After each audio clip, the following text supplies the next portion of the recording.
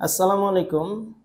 এমন একটা পরিস্থিতিতে ভিডিও করতেছি যেই সময়ে টেনশনে ঘুম হারাম হয়ে গেছে। আমরা বারবার মানুষকে সতর্ক করি যে উমরা ভিসায় কেউ যদি যান এবং সে যদি যথাসময়ে ফিরে না আসে তাহলে ভয়াবহ ঝুঁকি। মিনিমাম 25,000 রিয়াল জরিমানা, যা বাংলা টাকায় 8 লক্ষ টাকারও উপরে। এজন্য যার তার ভিসা করা যায় না, যার তার ভিসা করা ঠিকও না। কে কোন ইন্টেনশন নিয়ে আসছে সেটা অনেক সময় বাহ্যিকভাবে বোঝা যায় না। এই কারণে খুব চেনা জানা পরিচিত জানাশোনার মধ্যে না হলে তার ভিসাই না করা। আমরা সব সময় এই ক্ষেত্রে চেষ্টা করি যে একেবারে নির্ভরযোগ্য যাদের কাজ শুধু তাদের ভিসাগুলো করি। নতুন সম্পর্ক, নতুন পরিচয়, তাদের কাজগুলো করি না। কারণ হচ্ছে এই ঝুঁকির কারণে। এখন আমাদের থেকে অনেক এজেন্সি উমরা ভিসার সাপোর্টটা নিয়ে থাকেন। তো উমরা ভিসার সাপোর্টটা নেওয়ার ক্ষেত্রে আমরা এজেন্সিকে বিশ্বাস করি এবং তাদেরকে বলে দেই যেন তারা যাচাই বাছাই করে নেয় এবং সেই মোতাবেক যেন একজন যাত্রী আমাদের কাছে তার পাসপোর্ট দেয়, যেন কোনো অঘটন ঘটলে দায়ভার সেই এজেন্সির। অনেকে নতুন ব্যবসা করতে আসেন অথবা এই বিষয়গুলো জানার পরে অনেক সময় গুরুত্ব দেন না, তখনই বিপদগুলো ঘটে।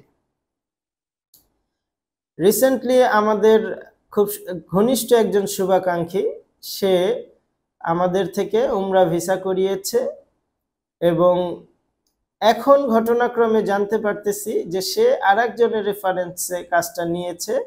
তারা কি বলে এটাকে, একজন আরেকজনের সাথে খুব ঘনিষ্ঠ। যেই ভদ্রলোকের ভিসা করছে তার বয়স 71 বছর প্লাস। উনি আজকে 86 দিন হয়ে গেছে। আজকে কয় তারিখ? 24 তারিখ, 24 নভেম্বর। আজকে 86 দিন হয়ে গেছে, ওনার আসার কোনো নামগন্ধ নাই।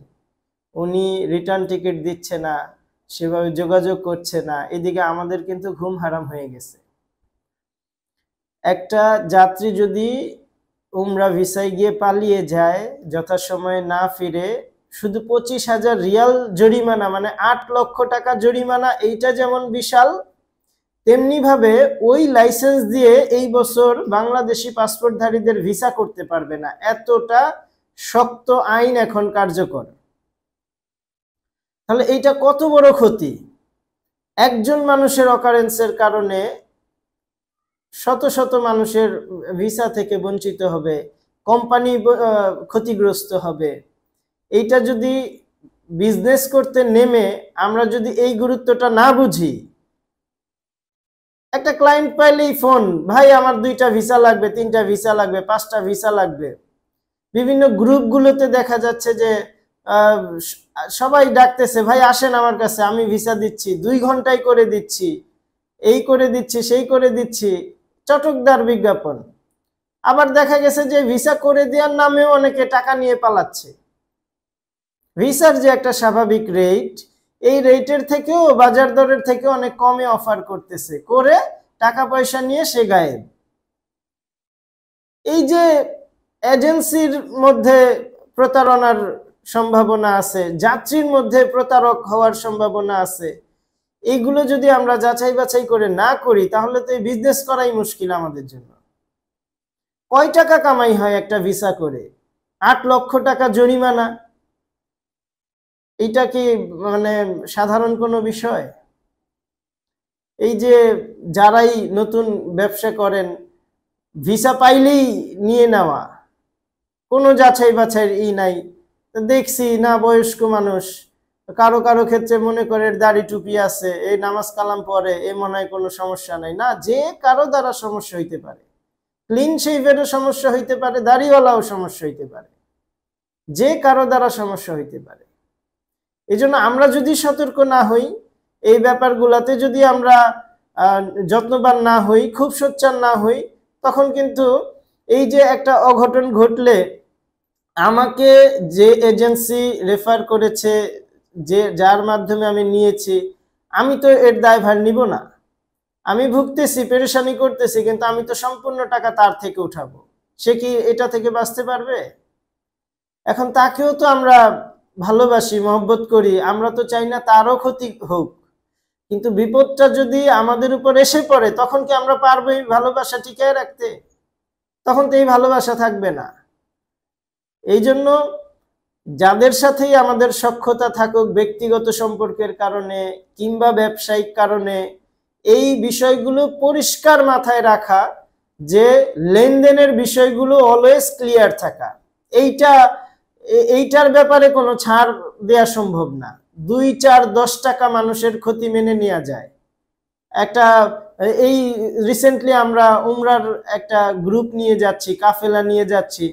আমরা ধরে রাখছি যে বিমান ভাড়া বাড়বে হয়তো 3 থেকে 5,000 টাকা, সেখানে 15-16,000 টাকা বেড়ে গেছে।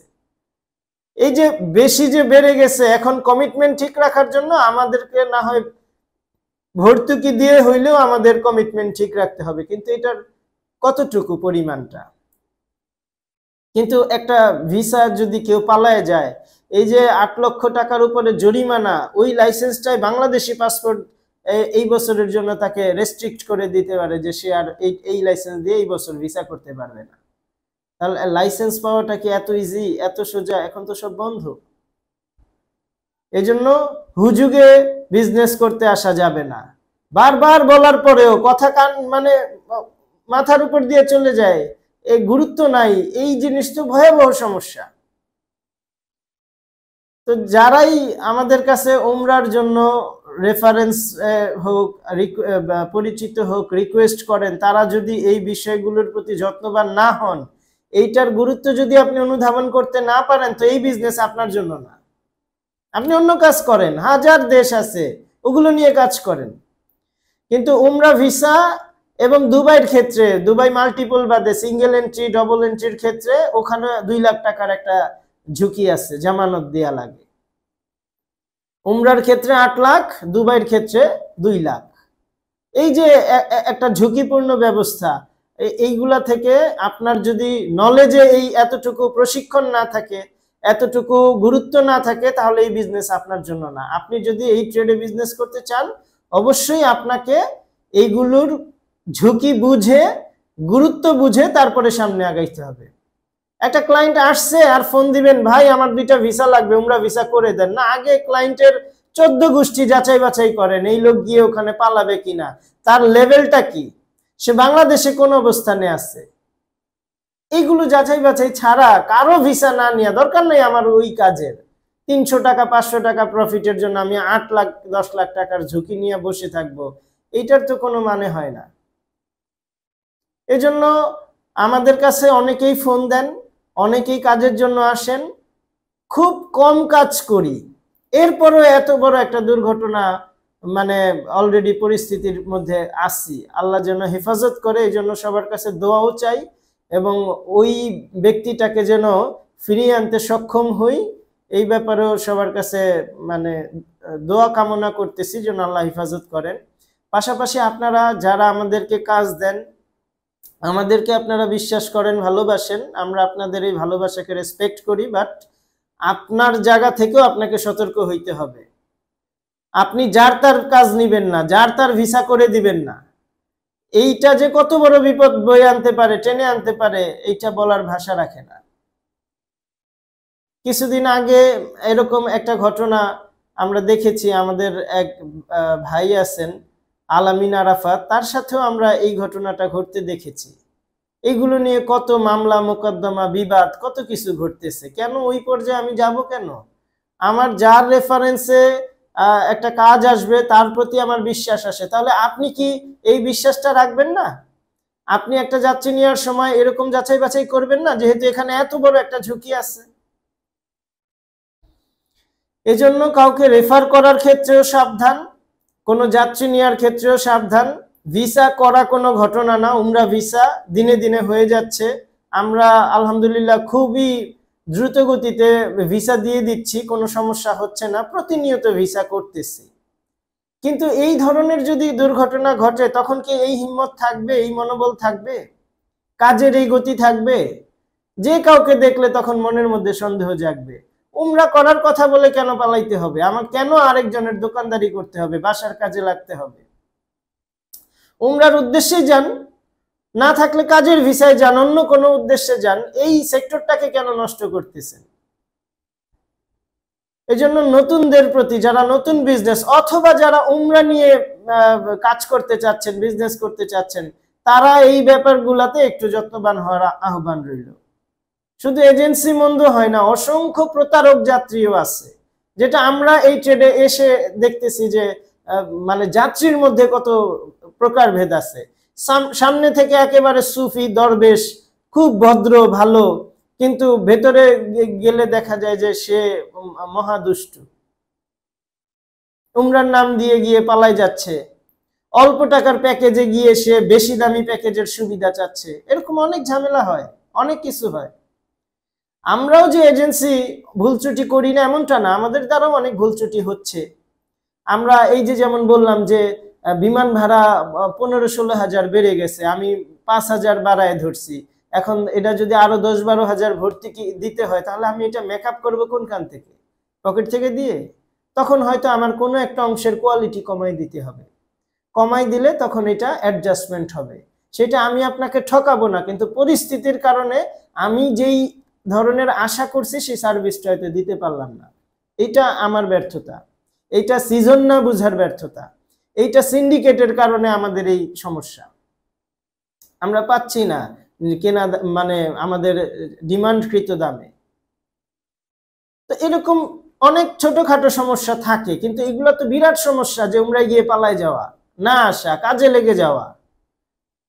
এতে এই যে ধর্মীয় একটা সফর, এইটা পর্যন্ত বাধাগ্রস্ত হচ্ছে। নতুন যারা কাজ দিচ্ছেন, কাজ করেন, তারা এই ব্যাপারগুলোতে আশা করি যত্নবান হবেন, অনেক সাবধানতার সাথে, সতর্কতার সাথে কাজ নেবেন, অন্যথায় এই কাজ দরকার নাই, বাদ দেন। আমাদেরকে এই ধরনের কারো রেফারেন্স রিকোয়েস্ট করবেন না, যাদের কারণে আমরা বিপদে পড়তে পারি। আর আমরা বিপদে পড়লে আমরা কি আপনাকে ছেড়ে দিব? তখন তো আমরা আপনার বিরুদ্ধে গিয়ে মামলা করব। এই ধরনের পরিস্থিতি যেন না হয়, সেই কামনা রইল। আপনাদেরকেও, যারা আমাদের সাথে কাজ করেন, ভবিষ্যতে করবেন, সতর্ক থাকার আহ্বান রইল।